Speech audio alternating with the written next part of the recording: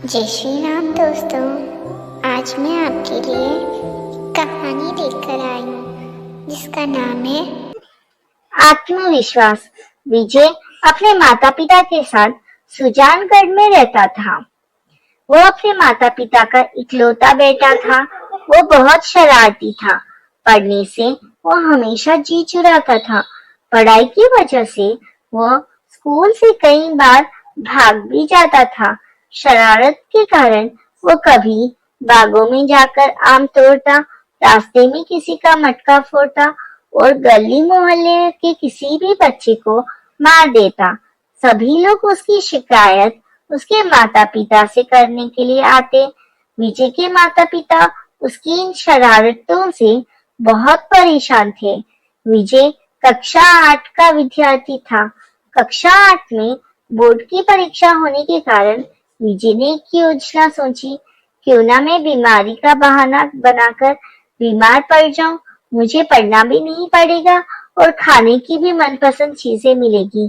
बस तुरंत ही विजय ने अपने कार्य को अंजाम दिया और विजय ने बिस्तर पकड़ लिया और हाथ में ऐसे ही झूठे मूठे किताब लेकर पढ़ने का ढोंग करने लगा। शाम को पिताजी आए, देखकर बड़े चिंतित हुए। पहले तो उन्हें शक हुआ, लेकिन जब बीमारी की हालत में भी उसे पढ़ते देखा तो उनका शक दूर हो गया और वो तुरंत ही डॉक्टर साहब को बुलाकर अपने साथ घर ले आए। डॉक्टर साहब ने विजय का पूरा चेकअप किया और कहा, इसे बुखार तो नहीं है। तभी बीच में ही विजय बोल पड़ा, मेरे पेट में बहुत दर्द है। डॉक्टर साहब ने विजय को 5 दिन की खुराक दी और खाने में दलिया, खिचड़ी व दूध देने के लिए कहा। डॉक्टर साहब ने कहा, इस दवाई के बाद यह पूरी तरह ठीक हो जाएगा। वैसे मैं 5 दिन बाद फिर आऊंगा। विजय की माँ जब विजय के लिए खाना यानी कि दूध, दलिया, खिचड़ी लेकर आई तो खाने को देखकर विजय को बहुत रोना आया। उसने कहा, माँ मैं यह खाना नहीं खाऊंगा। लेकिन माँ कहाँ मानने वाली थी। माँ उसे जबरदस्ती खिलाकर जाती है। दवाइयाँ तो विजय लेता नहीं था। वो दूध पीकर शाम को दवाइयाँ खिड़की के बाहर पौधे में डाल देता था। 5 दिन बाद डॉक्टर साहब वापस आए और उन्होंने विजय से पूछा, कहो कैसे हो विजय बेटे। विजय बोला, जी अभी तो बहुत दर्द है। डॉक्टर साहब सोच में पड़ गए और वो विजय के कमरे में बाहर निकल चुपचाप छिपते छिपाते खिड़की के पास पहुंच गए, जहां पर उन्होंने देखा कि 5 दिनों की दवाइयां पेड़ पौधों में पड़ी है। डॉक्टर साहब को तुरंत ही सारी योजना समझ में आ गई। वह चुपचाप बिना आवाज किए कमरे में आ गए थे। तभी विजय के माता पिता भी आ गए थे। डॉक्टर साहब ने विजय के माता पिता से कहा, मैं विजय से अकेले में बात करना चाहता हूँ। डॉक्टर साहब की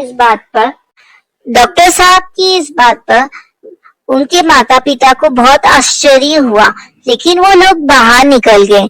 डॉक्टर साहब ने विजय से कहा, विजय कल सुबह नाश्ता नहीं करना और अपने माता पिता के साथ 10 बजे अस्पताल आ जाना। विजय ने कहा, क्यों डॉक्टर साहब। विजय तुम्हारे पेट में भयंकर बीमारी है, ऑपरेशन करना होगा। डॉक्टर साहब ने कहा। विजय बिस्तर पर से उछल पड़ा और घबराता हुआ बोला, डॉक्टर साहब मेरे पेट में कोई दर्द नहीं है, मुझे कोई ऑपरेशन नहीं करवाना है, लेकिन यह बीमारी बिना ऑपरेशन से ठीक नहीं हो सकती है। डॉक्टर साहब ने कहा। इस पर विजय बोला, लेकिन डॉक्टर साहब मुझे वास्तव में कुछ नहीं हुआ है, मैं तो ये सब ढोंग कर रहा था, मुझे माफ कर दीजिए। मैं अपने किए पर बहुत पछता रहा हूँ। यह सब मैंने इसलिए किया ताकि मुझे पढ़ाई ना करनी पड़े। यह कहकर विजय डॉक्टर के पैरों में गिर पड़ा। डॉक्टर साहब ने विजय को उठाकर कहा, बेटा मैं सब जानता हूँ। पहले दिन से ही विजय ने अपनी गलती पर माफी मांगते हुए डॉक्टर साहब से कहा, डॉक्टर साहब अब मैं पढ़ूंगा और परीक्षा भी दूंगा। मैं बड़ा होकर आपकी तरह ही डॉक्टर बनूंगा। लेकिन डॉक्टर अंकल इस बारे में आप मेरे माता पिता को मत बताना, और नहीं तो उन्हें बहुत दुख होगा। डॉक्टर साहब ने विजय को प्यार करते हुए कहा, मुझे खुशी है कि तुम्हें अपनी गलती का एहसास हो गया है। मेरा आशीर्वाद तुम्हारे साथ है। अगर इस बार की परीक्षा में तुम फर्स्ट क्लास आते हो तो मेरी तरफ से तुम्हें 1001 का इनाम मिलेगा। इस पर विजय ने कहा, अब मैं बहुत अच्छा बनूंगा और कभी भी शरारत नहीं करूंगा, बहुत पढ़ाई करूंगा। यह सब बातें विजय के माता पिता बाहर खड़े हुए सुन रहे थे। जैसे ही विजय ने अपनी बात पूरी करी, उसके माता पिता ने आकर उसको गले लगा लिया। इस समय विजय को अपने ऊपर बहुत शर्म आ रही थी। उसने अपनी नजरें नीची कर रखी थी। इसके बाद विजय के माता पिता ने डॉक्टर साहब को धन्यवाद दिया। दोस्तों, इस कहानी से हमें यह सीख मिलती है कि हमें पढ़ाई करनी चाहिए।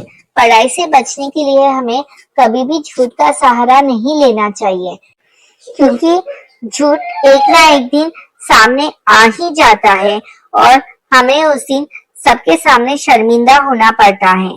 जय श्री कृष्ण।